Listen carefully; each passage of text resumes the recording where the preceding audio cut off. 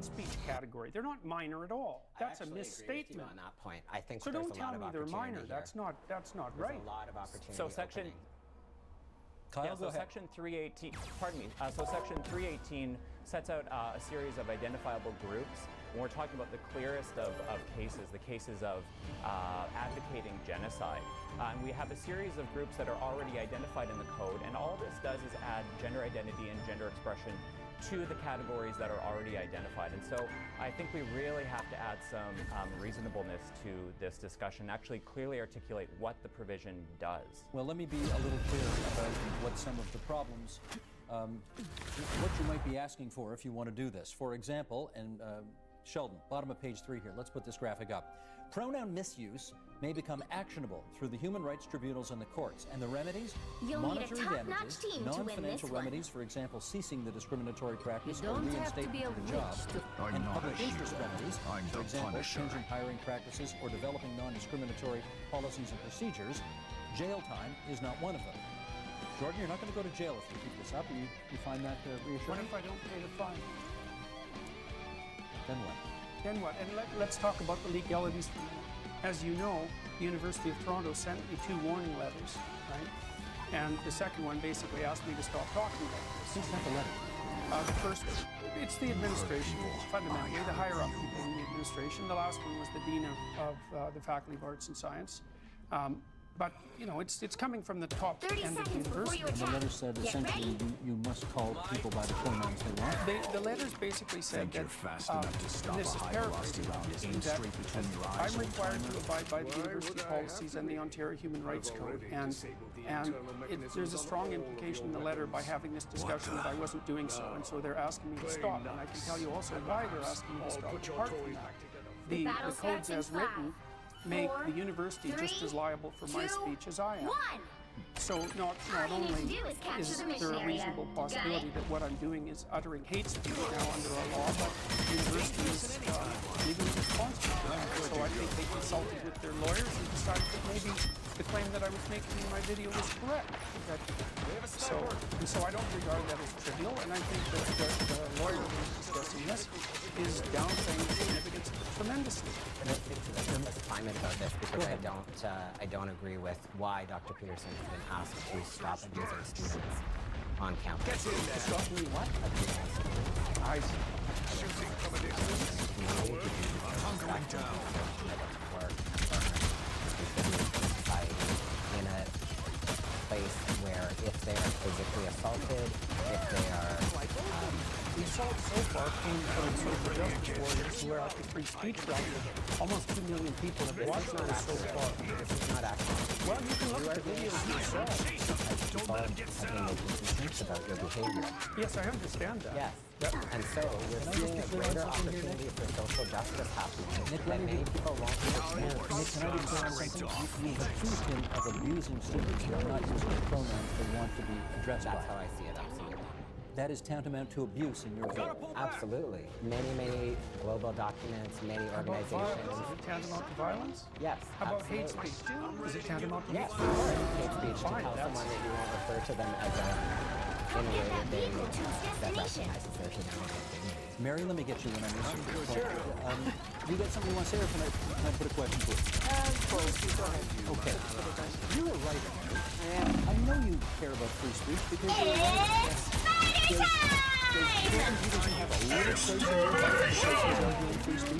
I think the interesting thing about Jordan and how I feel about his video, and Jordan and I actually had an opportunity to talk at length before I wrote the article. And he sails really close to things that I think people can relate to. Judge, jury, executioner! Discourse, we want conversations to unfold, we want people to feel like if they have something to say, if they have a question, they can ask it, but they're not going to be censored. But he sails really close and then right past it, and that's where he and I part ways. Because what I don't really understand is when you listen to the video, he piles a lot of things into the basket of using the pronouns that people want. And it seems to me, and you can correct me if I'm wrong, but one of his anxieties, and he talks about being fearful and anxious in his video, that somehow there's a cabal of trans activists who have so much power that they are going to basically, you know, using the pronouns that people want and capitulating to these demands, sort of pulls out the Jenga, you know, the critical Jenga piece of the Western canon, right? I mean, basically, Jordan is arguing that this is going to create chaos and anarchy, and that it's essentially a Marxist plot that is there to sow violence and there to sow confusion and topple any kind of hierarchy. Can I just jump in there for a second? Is that an accurate characterization of I listened really closely to that case. I think it is. In your view, has she accurately characterized where you're coming from? It's not a transsexual cabal by any stretch of the imagination. Is it a cabal of radical left-wingers? Yes, it's a cabal of radical left-wingers. And it's been active behind the funded the scenes increasingly over the last 30 years. My estimation is that departments like Women's Studies have trained between 300,000 and 3 million radical left-wing activists, and they're making well, they could pick higher-paying occupations if they wanted higher-paying occupations. But Because sexism does not exist. Are you kidding me? Let's not get off topic here. folks. Once Dracula's Go ahead, Mary. territory is over. Mary, come on back. So I think I grasped his concern, at the very least I grasped the concern, and that there is a kind of chipping away at order as the other thing that Jordan has in common is really interesting language. And the idea of what can happen when language changes. I was thinking, before I came here, I was thinking about, I grew up in the Bronx, and I was born in '61, so I remember very well when we went from Mrs. to Ms., and my father was appalled, and he kept saying Ms. It's funny because if you couldn't actually identify somebody as either, particularly a female, as either married or single, then chaos, The right? notion of characterizing a woman independent of her marital That's status right, was controversial and at the time. apparently very, very confusing. And so I'm reminded of that when the suggestion is made that somehow, if we have words that don't fit into something that we're very familiar with and that we've used to date, that chaos will ensue, that everyone will be confused. I don't believe that. There's no evidence of that historically. I hear you, but there was no law obliging people to use the word Actually, Ms. but there were laws to oblige people to change the way that we referred to black people, for example. You know, there was a time when there were any number of words that we now can only say as letters. Can I say them on TVO? People were called darkies, niggers, coons, in polite company, and that evolved. Those things changed. When I was a teenager, people were still using those words. So this is a natural evolution. This is a natural evolution, and nobody's chaos will not ensue. And I won't let that happen again. Law to enforce it. but we do, because we can drive social change, and it doesn't all have to lead to chaos, is my point. And I think that, you know, we have seen the flip side of Jordan's argument, I think, has in fact, we do have a historical record of that. So when it was left to others to name people, we lost indigenous names. I come from, my mother's from Ireland. She was from a generation that finally got to learn her own language again. She couldn't even speak Gaelic to her parents because they hadn't been allowed to speak it. So we know, we've seen the effect when people can't use their own language, when they can't use their own names. Let me let Jordan respond to that. A natural evolution of things, Jordan. That's how it's been described. Words are tools. This will have to do. Maybe that was one of the great philosophical discoveries of the 20th century. And that means, and people are always looking for new tools to operate in the world. And if you invent a good tool, like a new word, then people will pick it up just as fast as they possibly can. You really see that in English. But the words that are being required now are not good tools, and that's why people aren't using them. And so instead what we have is the use of force, despite the fact that that's being denied. Although we've already established that, at least in the opinion of one of the people on this panel, I'm already guilty of a hate crime, which is what I said I was guilty of when I made that video. Steve, the issue with the law is quite straightforward. The government is requiring us to use certain language. That's not the same as not using certain language. And it's a line, and this is the fundamental issue. This is maybe the fundamental issue. That's a line we should not cross. We should not allow the government to decide which words we're allowed to use. It's a mistake. And it's a mistake that strikes right at the heart of free speech. And the thing about free speech is that it's not the right to criticize your leaders, which is what people usually characterize it as. Freedom of speech is freedom to engage in the processes that we use to formulate the problems in our society, to generate solutions to them and reach a consensus. It's actually a mechanism. It's not just another value. And you can put constraints on free speech with the most extreme caution because you interfere with people's ability to think and communicate. Let me get Theron to weigh in. Theron, you've been hearing the debate here in the studio. Why don't you weigh in and pick it up? Their team's capture progress has passed Well, the I guess halfway I'm point. understanding about Dr. Peterson when it comes to being guilty of a hate crime or a hate speech infringement, because I've organized somewhere, for example, gender. I don't have a problem with saying pronouns, and that also happens to be because of circles in the family. I happen to know people who use gender neutral pronouns for partner kids, but the vast majority of people are not going to be incredibly small population of gender non-binary people. We've never really been picked up by that. You know, at least half of the population is female, so there was some interaction with the term Mrs. versus Ms. And there was an interaction with there isn't enough gender non-binary. I use that in quotation marks because I hate that term, because it's a political term, not a gender identity or a term of identification. It's just a political term, but regardless, I don't think it's going to take us. There's just not enough of these people to interact with. in control. The Twitter sphere has been buzzing with this conversation, and let's just pull one up here. Let's pull up one tweet. This was tweeted to a number of people, including, as you can see in the middle, Jordan B. Peterson, who's on our program tonight. I so look forward to Bill C-16 putting your kind of silly trolling to an end, it says. There are people, let's go to our Professor Kyle in Ottawa. There are people out there who hope that C-16 lives up to Jordan's worst fears.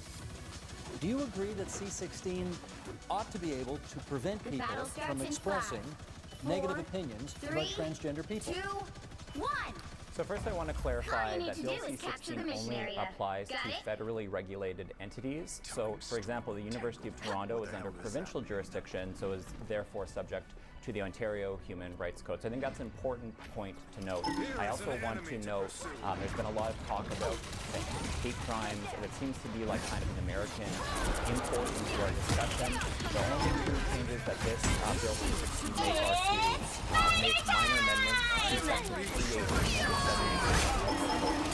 first advocating genocide, as we're talking about, a very, very extreme high standard. And then second off, at sentencing, after an offense has been committed and the person has been found guilty, what 718 does is it tells judges that they ought to treat hate motivation as an aggravating factor at sentencing, to treat that as a more severe form. And currently we have a series of identities that are set out in 718, things like sexual orientation, race. We don't have currently gender identity and gender expression there, and so that's what this is. So I think I just want to make it very clear that we ought not to be importing American concepts into the discussion. So to the extent that we're changes only to, in the Canadian Human Rights Act context, to federally regulated entities, which is not the University of Toronto. Nicholas, let me follow up with you. Why, in your view, do you think the trans community needs this kind of legislative protection? Well, thank you. That's basically the point that hasn't been raised yet, which is that people are actually suffering a huge lack of access to resources that physically assaulted, people do not have counselors that they can go to, who are not going to, as Dr. Peterson has done, YouTube recommend that they actually become more anxious and more upset about situations. People are being assaulted. I got all sorts of really depressing stats about people who are leaning towards thinking that this is not that big of a deal. Those people need to look at those stats. But many people, Just one stat. yeah, so 58% of students could not get academic transcripts with their correct name or pronoun. I want to make That the same causes a mistakes huge again. chain of events for students or anyone who's had any kind of academic training.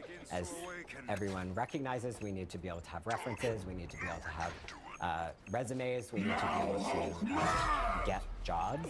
So I want to be sure that I'm clearly understanding your point here, which is, and therefore they feel disrespected, and therefore this affects their life in a very real way. Is that right? The feeling of disrespect is not as important as the ways that people in authority are able to circumvent the possibilities for it. So it has more to do with not being able to get housing and therefore being homeless. It has more to do with not being able to get jobs because people are discriminated against. So we're not actually talking, we shouldn't be talking about free speech. What we should be talking about are the social issues facing people who are being discriminated against and what that looks like on campus, which is that some professors refuse to offer basic dignity to students and colleagues. And that leads to people missing classes, it leads to people dropping out, it leads to a lack of positive opportunity for society to actually benefit from the contributions of many, many people. And I also don't teach the non-tech because I would say the number is 100% of people will benefit from more open discussion. And one of the problems is that being addressed in a black and white way. So it's too bad that we can't actually have an open conversation because there's a huge wall of violence between us. Here is somebody who did not share your view on that, because we invited another guest to be on the program today, and this person initially said yes, and then sent a Facebook message to our producer, Greta Schemberg, saying, you know what, change my mind. Giving Jordan Peterson this platform serves to legitimize his views, which are based on bigotry and misinformation. The humanity and rights of transgender, non-binary, and intersex people are not a matter of debate, and holding a debate which places a false equivalency between the views expressed by Peterson and the human rights concerns of the trans community would be an act of transphobia. Therefore, none of us wish to participate in this. Okay. Thank you for reading that. It's a very important aspect. That's why I read it. I wonder whether everybody's talking past each other. You are trying to make a point about free speech. The other side, well, but the other, you're trying to make a point about free speech. The other side is trying to make a point about the rights, the human rights of trans people.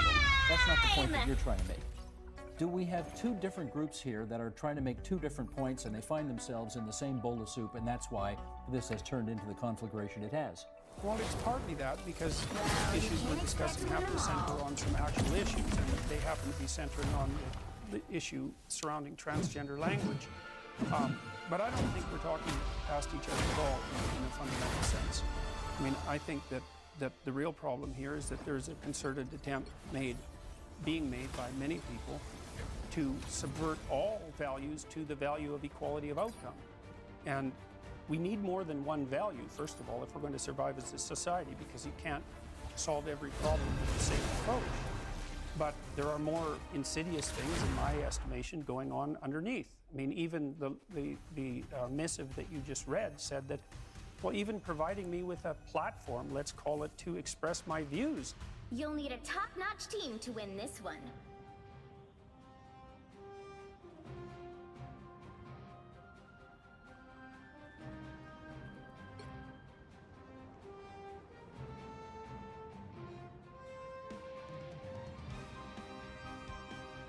I will bring peace to this universe, no matter the cost.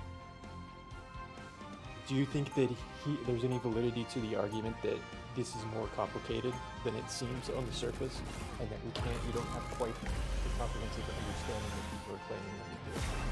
Like the model Perfection is unattainable, but that should not stop us from trying to achieve it.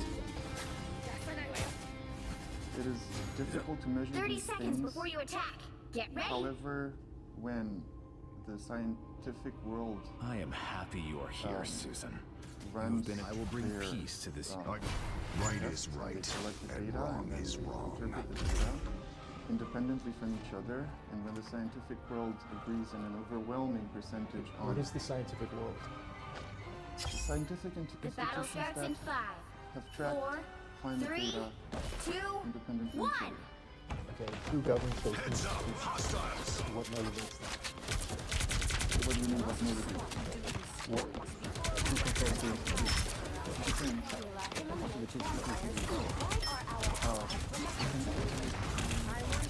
Okay, so you don't know. Oh, I do. I do. Do I need to read them to you? Well, is there validity in what he's saying? I'm good to go. Is that I think this is more complicated question. And your claim seems to be we have uncountable evidence that these studies are accurate. Is that correct? Yep. The Ukraine studies are completely accurate. The studies are accurate because they follow the scientific Heavy weapons. right, and the studies focus on a We got a babysitter robot. Great. so what are they focusing on? They are focusing on climate change, a direct consequence The time frame. How can we understand weather, how it can be done for 100 years, and making that kind of technology? How are we going to The vehicle reached a checkpoint. Keep up the momentum. specifics of how they measure it. We have no idea what the impact is from. We don't know where the carbon dioxide is from. We can't measure the warming of the oceans. We have terrible temperature records going back 100 years. Almost all the terrestrial temperature detection sites were first put outside urban areas, and then you have to correct. Then you have to correct for the movement of the urban areas, and then you introduce an error parameter that's larger than the purported increase in temperature that you're planning to measure. This isn't data. This is guess. We are undefeatable! Behold the god of thunder! London fall? That's not an actual fall. That was soot. They ain't seen nothing yet. Right, there is a particular case in London. Okay. If you want to make that case, this is on a global. Okay, so on a global scale, so I just looked up as far as air, if you just Google IQ air, it means that is the source actually looking at. So the countries that rank the highest, first is Chad, Iraq, Pakistan, Iran, India, Egypt, Rwanda, Ghana, China, going all the way down. And USA is ranked 102. You're starting at 1, that's the worst, all the way down to 102. Canada is 93. Sweden is 104. So Sweden has more pollution than USA. I'm hit pretty bad. Watch me So, judge, jury, executioner! Vehicle reached a checkpoint. Keep up It's also the there's recent momentum. studies that less people are driving today than at any point in history. 16-year-olds, less 16-year-olds are choosing to even get their driver's license than at any point in history.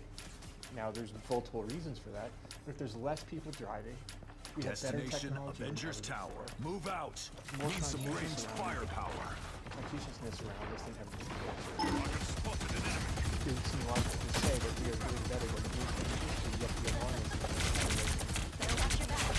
That's what the data shows. I'm ship It's not only about pollution.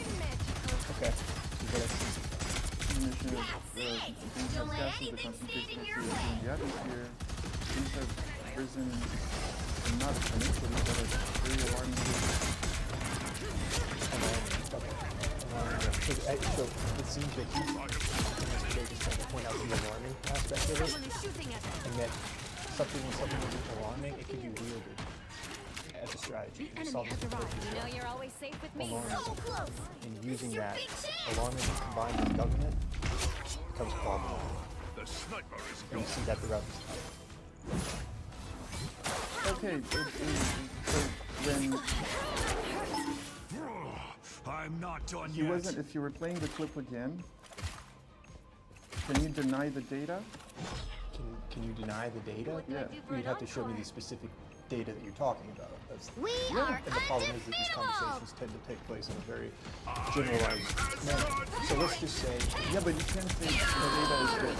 okay, then let's say we can agree that if the environment Amazing Spider-Man! it's very important to see if the environment is being decimated, how you want to solve that. Just like you is it possible to do that?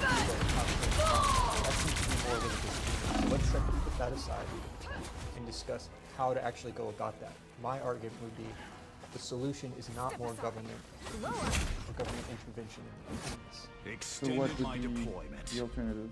Private sector? Private innovation. For example, Elon Musk, but I think people like Elon Musk can say, well, he's not time, but the free market will lead to innovations that will have a greater effect. Adding electric cars, new technology, increased awareness, new education platforms.